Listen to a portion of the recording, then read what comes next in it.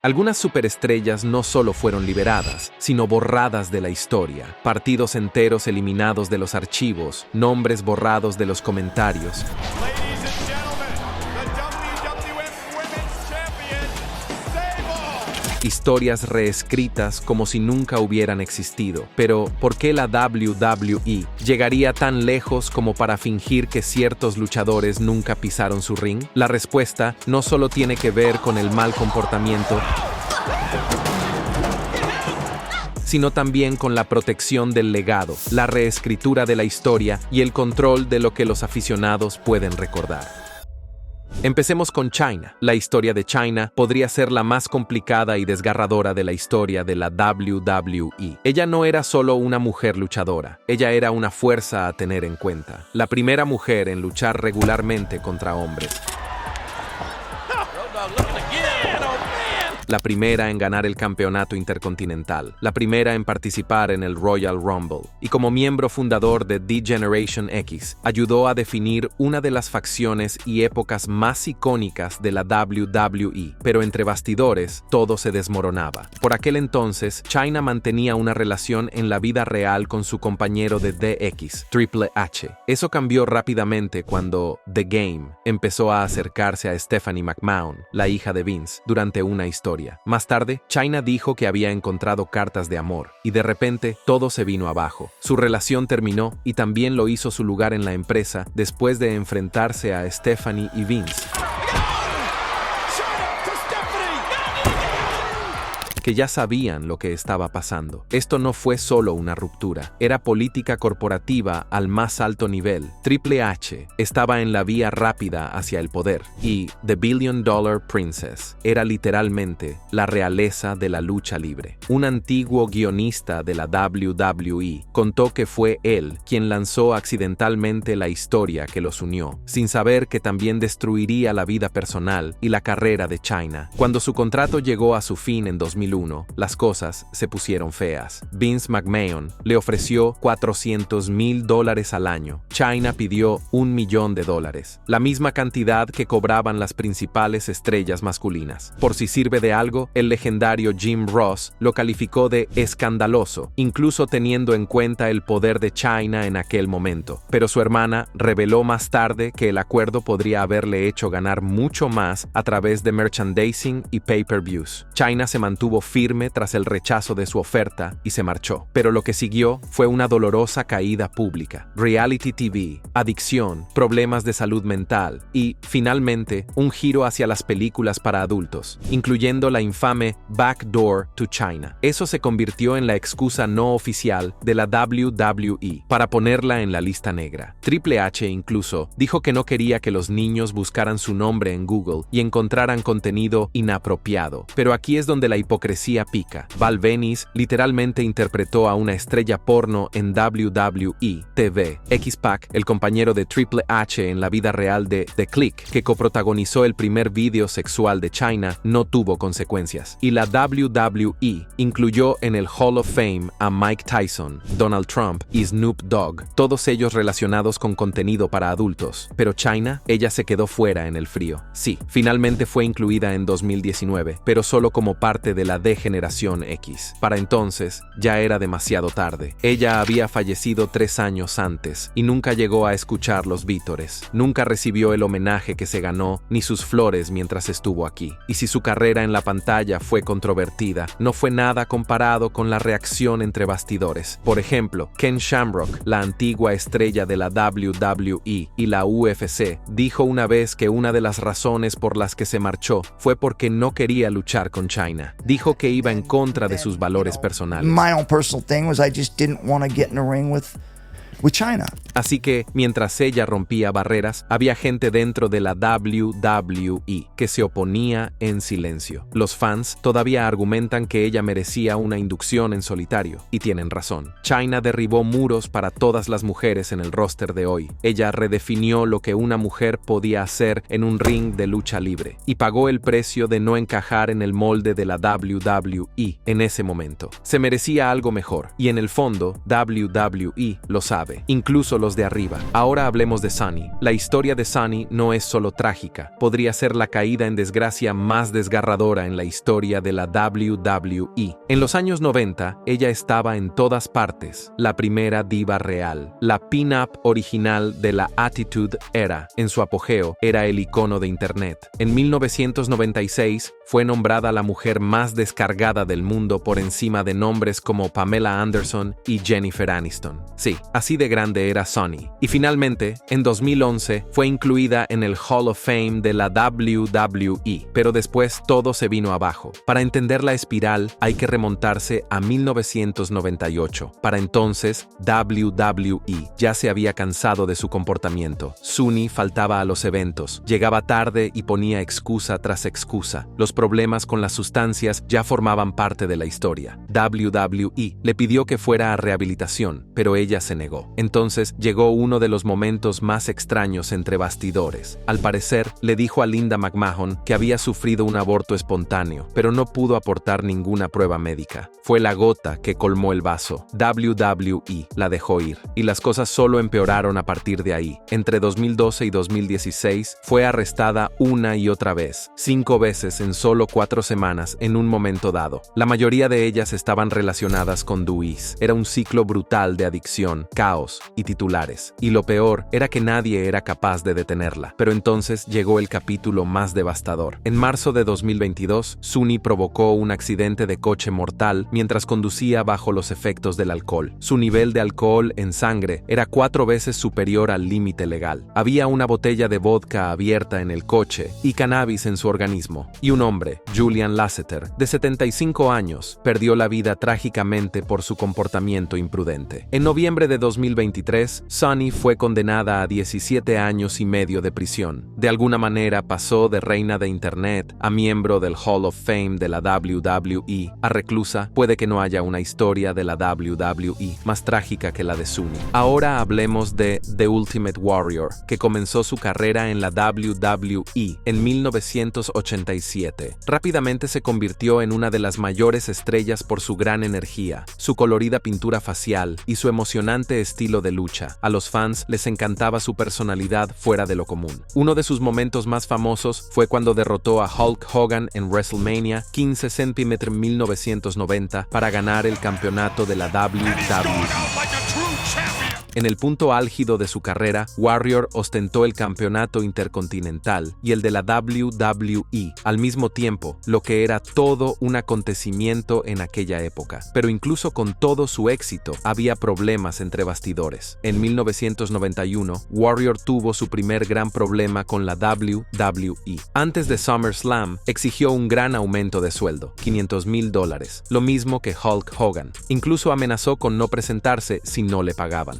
Vince McMahon, propietario de la WWE, accedió a pagarle, pero suspendió a Warrior justo después del evento. Esta exigencia de más dinero creó mucha tensión entre Warrior y la WWE. Vince McMahon no estaba contento con el comportamiento de Warrior y pronto lo despidió, poniendo fin a la primera etapa de Warrior en la WWE. Warrior volvió a la WWE en 1992, pero su regreso no duró mucho. Ese mismo año, la WWE fue investigada por el uso de esteroides y Warrior se vio implicado en el escándalo. Debido a esto, Warrior fue despedido de nuevo. Su segunda salida hizo que mucha gente pensara que no era de fiar y que era difícil trabajar con él, lo que dañó aún más su reputación. En 1998, Warrior intentó regresar a otra empresa de lucha libre llamada WCW. Fue contratado para luchar de nuevo con Hulk Hogan, pero no le fue bien. Los combates y las historias no estaban bien hechos y los fans se sintieron decepcionados. Uno de sus peores combates fue en Halloween Havoc contra Hogan, que fue confuso y mal ejecutado. Su estancia en la WCW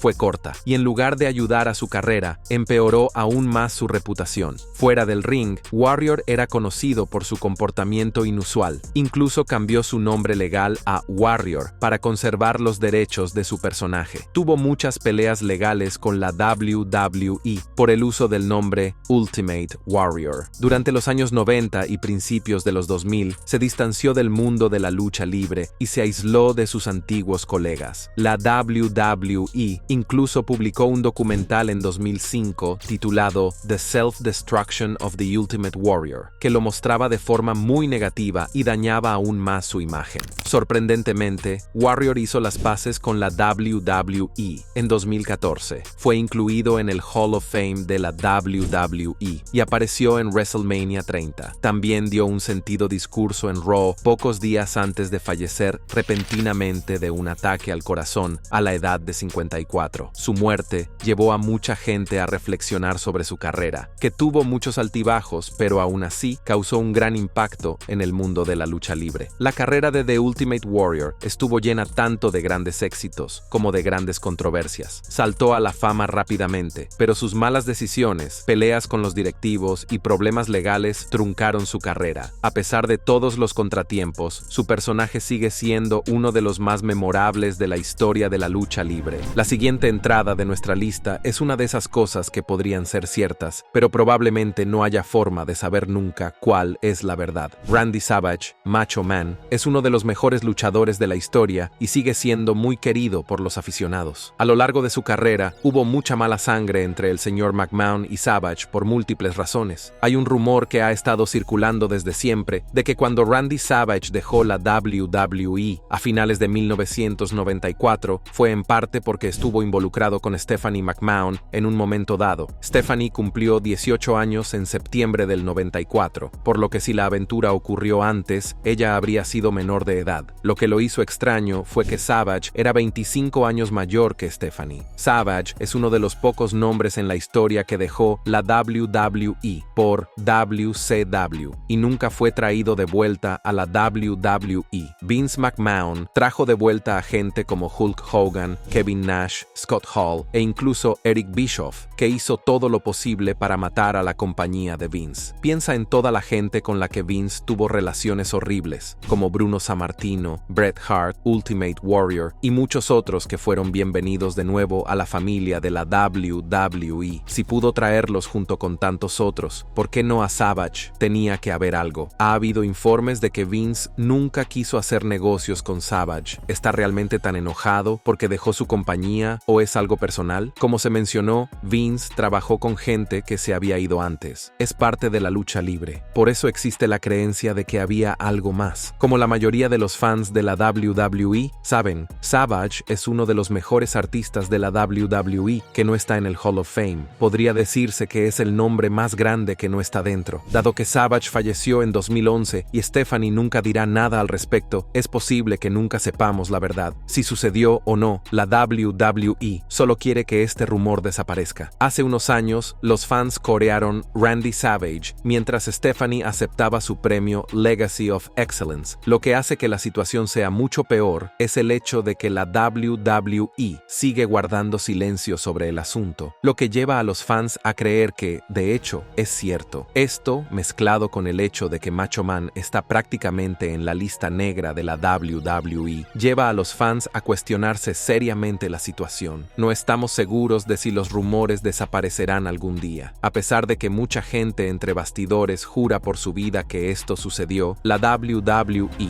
ha guardado silencio sobre el tema. Ahora hablemos de una de las salidas más silenciosamente desgarradoras de la historia reciente de la WWE, el repentino retiro de AJ Lee en 2015. Ayota no solo era buena, era increíble. Un reinado récord de 295 días como campeona de divas, una favorita de los fans, y una de las pocas mujeres que destacaron durante una época en la que WWE dio a la mayoría de la división sobras. Pero su carrera de cuento de hadas no terminó con una celebración, terminó en silencio, y detrás de ese silencio se estaba gestando una tormenta en torno a su matrimonio con CM Punk. Aquí es donde se pone complicado. En abril de 2015, AJ Lee anunció que se retiraba de la lucha libre profesional. La historia oficial era que se debía a lesiones en el cuello, pero según el Wrestling Observer, eso era solo el encubrimiento. El verdadero problema era en realidad el conflicto legal entre la WWE y CM Punk, su marido. Un año antes, Punk abandonó la empresa en términos amargos y arremetió contra la WWE. En el podcast de Colt Cabana, les acusó de negligencia médica grave. Hay que tener en cuenta que que WWE le había despedido el día de su boda con AJ Lee. No es coincidencia. Entonces, el propio médico de la WWE, Chris Amann, demandó a Punk por difamación. Y así como así, AJ se encontró atrapada en el medio. No había hecho nada malo, pero estaba casada con el tipo que la WWE veía ahora como el enemigo público número uno. Y fue entonces cuando la máquina corporativa comenzó a apretar los tornillos. Los informes dicen que AJ Lee tuvo que llamar a su salida un retiro solo para salir de su contrato, no una liberación, no una separación mutua. WWE no la quería cerca, pero tampoco quería dejarla ir limpiamente. Incluso Jim Ross dijo que no estaba sorprendido, llamando a su situación incómoda después de lo que pasó con Punk. Pero aquí está el truco. Justo antes de irse, AJ hizo algo que WWE definitivamente no apreció. Llamó públicamente a Stephanie McMahon en Twitter sobre la desigualdad salarial, señalando cómo la WWE predicaba el empoderamiento de las mujeres mientras pagaba a sus estrellas femeninas una fracción de lo que ganaban los hombres. Stephanie trató de calmarse, le dio las gracias por iniciar la conversación. Pero seamos realistas, ese tipo de calor no desaparece entre bastidores. AJ Lee se fue en silencio, sin despedida, sin video de homenaje, simplemente se fue. Pero al igual que su marido, dijo lo que pensaba antes de irse. Sable fue una de las mayores estrellas de la Attitude Era. Se unió a la WWE en 1996 y se disparó casi de la noche a la mañana. Sable no era solo un caramelo para los ojos, se convirtió en la segunda campeona femenina de la historia y alcanzó un nivel de fama que la mayoría de las luchadoras de la época ni siquiera podían soñar. Pero en junio de 1999, justo en la cima de su popularidad, se marchó y demandó a la WWE por $110 millones.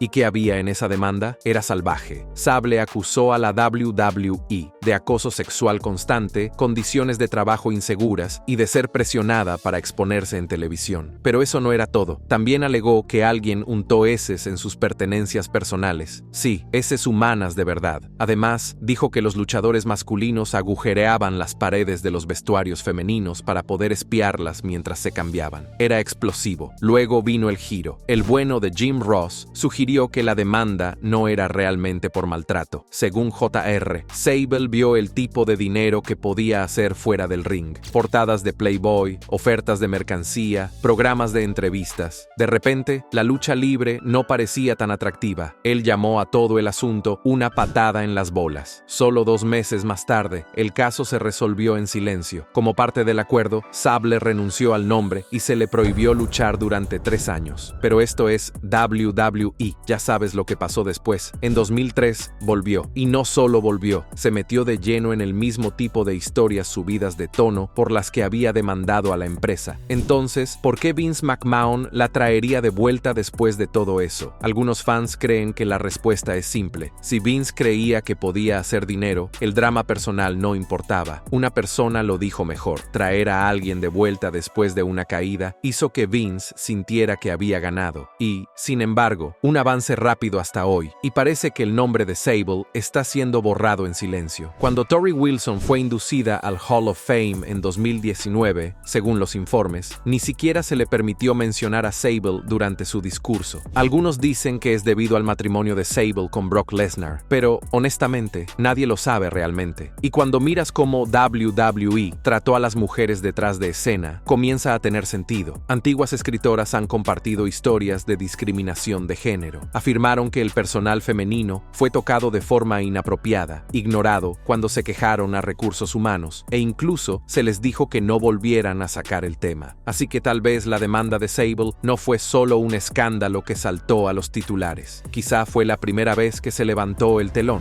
Ahora hablemos de Gail Kim. Gail Kim tuvo lo que podría ser el momento F this más subestimado en la historia de la lucha libre profesional. En 2011, durante una batalla real en vivo en Raw, no solo perdió el combate, sino que se eliminó a sí misma. Sí, simplemente rodó bajo las cuerdas y se fue, sin drama, sin vacilación, solo pura protesta delante de las cámaras. Y la parte salvaje es que la mayoría de la gente ni siquiera se dio cuenta en ese momento, lo que hizo que se oyera aún más fuerte. Esta es la historia. Gail Kim fue sin duda una de las mujeres con más talento que WWE ha contratado. Tuvo 2 carreras separadas, la primera de 2002 a 2004 y luego otra vez en 2008 hasta 2011. Pero durante esa segunda carrera, estaba claro que lo había superado. La falta de respeto, la falta de tiempo en antena, la forma en que los combates de las mujeres eran siempre los primeros en ser cortados. Vio a dónde iba, alerta de spoiler, a ninguna parte. Y en esa noche de 2011, simplemente tuvo suficiente. Antes de la batalla real, los productores le dijeron que fuera eliminada en el primer minuto. Para su crédito, eso es exactamente lo que hizo, pero a su manera. Se acercó a Alicia Fox, le dijo que vendiera y literalmente rodó fuera del ring por su cuenta. Segundos después de que comenzara el combate, desapareció. Fue una rebelión silenciosa, sin promoción, ningún discurso. Se trataba de enviar un mensaje, y la reacción de WWE fue casi más insultante que el tratamiento que condujo a ella. Le contó a John Laurinaitis lo que había hecho, y él se rió. Dijo algo así como: sí, he oído que fue una mierda, ninguna multa, ninguna suspensión, solo indiferencia. Gail Kim dijo más tarde: si hubiera sido uno de los hombres el que se hubiera eliminado, habría sido castigado, pero como fueron las mujeres, a nadie le importó. Se vio obligada a renunciar al resto de su contrato y finalmente anunció su marcha en Twitter.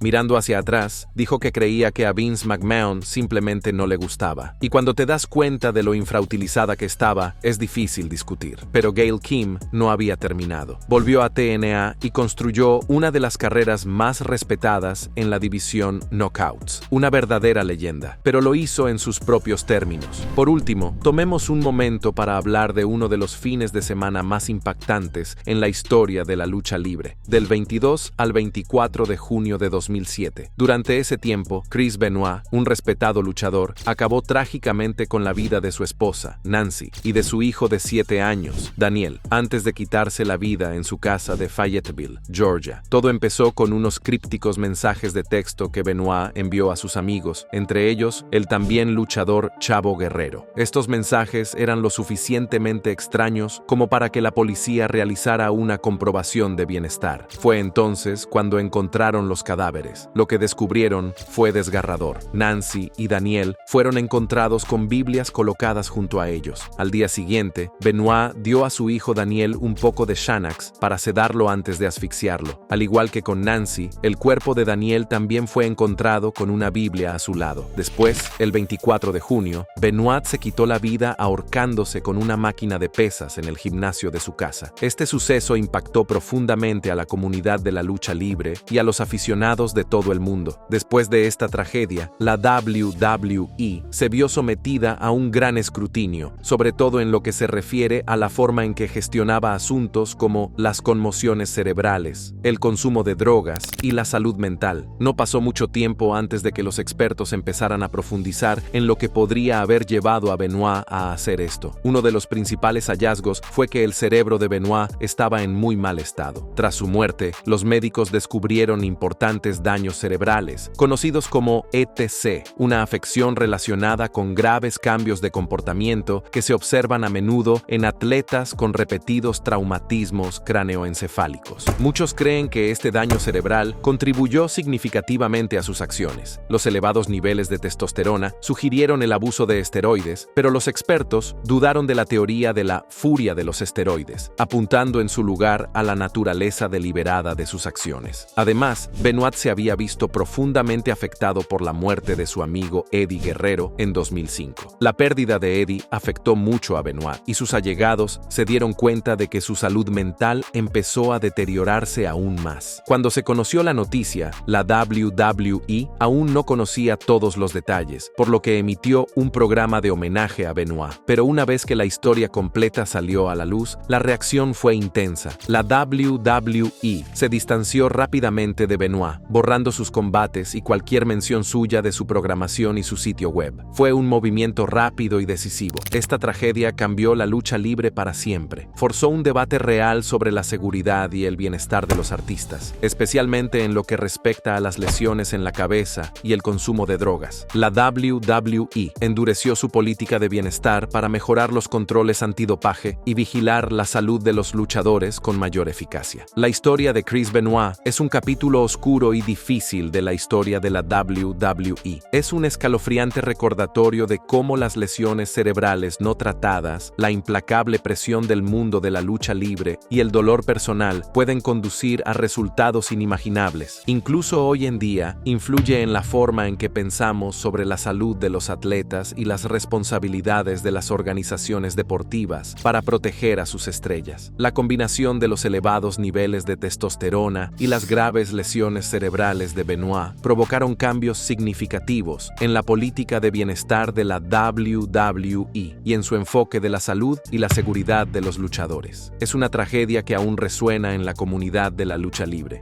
¿Hemos olvidado a algún luchador que la WWE haya intentado borrar de la historia? Déjanos tu opinión en la sección de comentarios y antes de irte, no olvides darle a me gusta a este video y suscribirte a Ring Rivals para no perderte los próximos.